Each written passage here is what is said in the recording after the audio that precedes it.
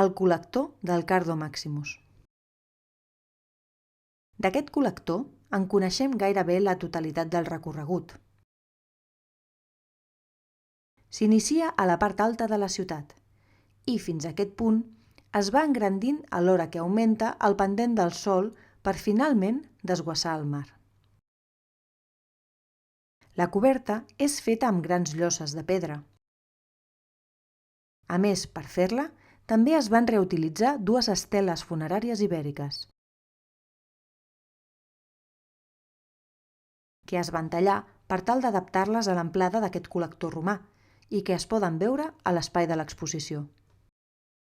Les esteles ibèriques de Badalona en el moment de la seva descoberta.